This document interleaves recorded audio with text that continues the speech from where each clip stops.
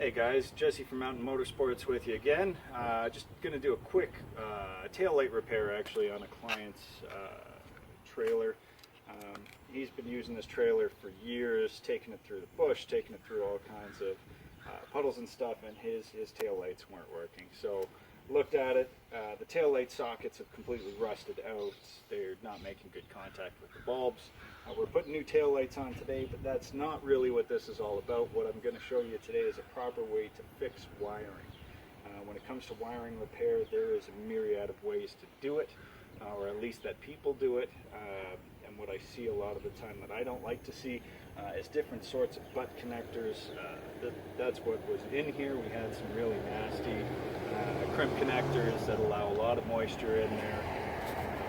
And we're going to try and get away from the crimp connectors, the butt connectors, the Scotch lock connectors. They allow a lot of moisture to get in there. They allow for corrosion, which gives you electrical problems down the road. You end up with high resistance, or you end up with just lights, or pretty much anything that stops working. So we're going to get away from that. We're going to do some solder and heat shrink today. So let's get to it. So what I've done, I've already taken the wires that I'm gonna be soldering here. I've stripped them back about 1/2 inch. You can do quite a bit less depending on your application. With this, because it's a trailer, and these wires don't really have to bend, twist too much after I've done the repair. 1/2 inch is going to give me plenty to work with, which will be really nice for this repair. So one of the first things that we want to do, we want to get ourselves a little bit of heat shrink. Make sure that heat shrink is over the wire, because you can't put it on after you've soldered the wire, obviously. So our heat shrink's on there. We're going to take our wires, we're going to twist them together really nice and tight.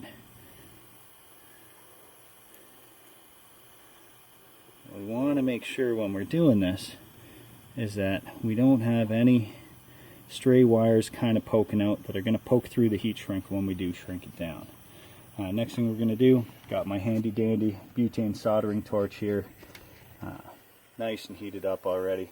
We're going to get over here, we're going to get some solder into this, get a little bit of solder on top of this, and then what we're going to do is we're going to heat this up, melt that solder.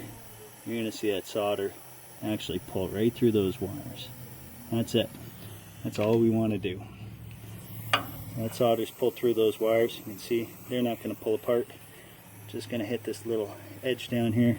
Make sure that we don't have any sharp edges there, which we don't.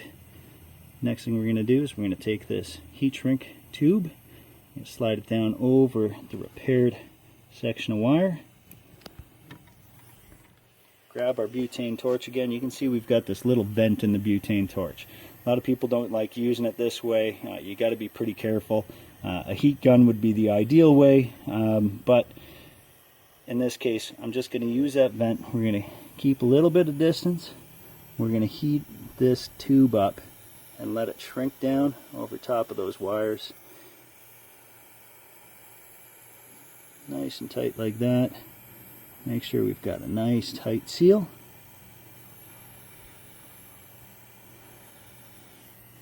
Got a little bit of the glue from the heat shrink sticking out at both ends. That's how we know that it's sealed up nicely. Got a nice repair there. No sharp edges sticking out. A little bit of glue. We know that that's sealed. You're not going to get any moisture in there. We're not going to have any problems down the road with any corrosion causing any problems with this particular repair. So we're good to go on that. I'm going to plug my truck into it. Make sure the lights are working. We'll be good to go. Hey guys, as you can see, the tail light's working.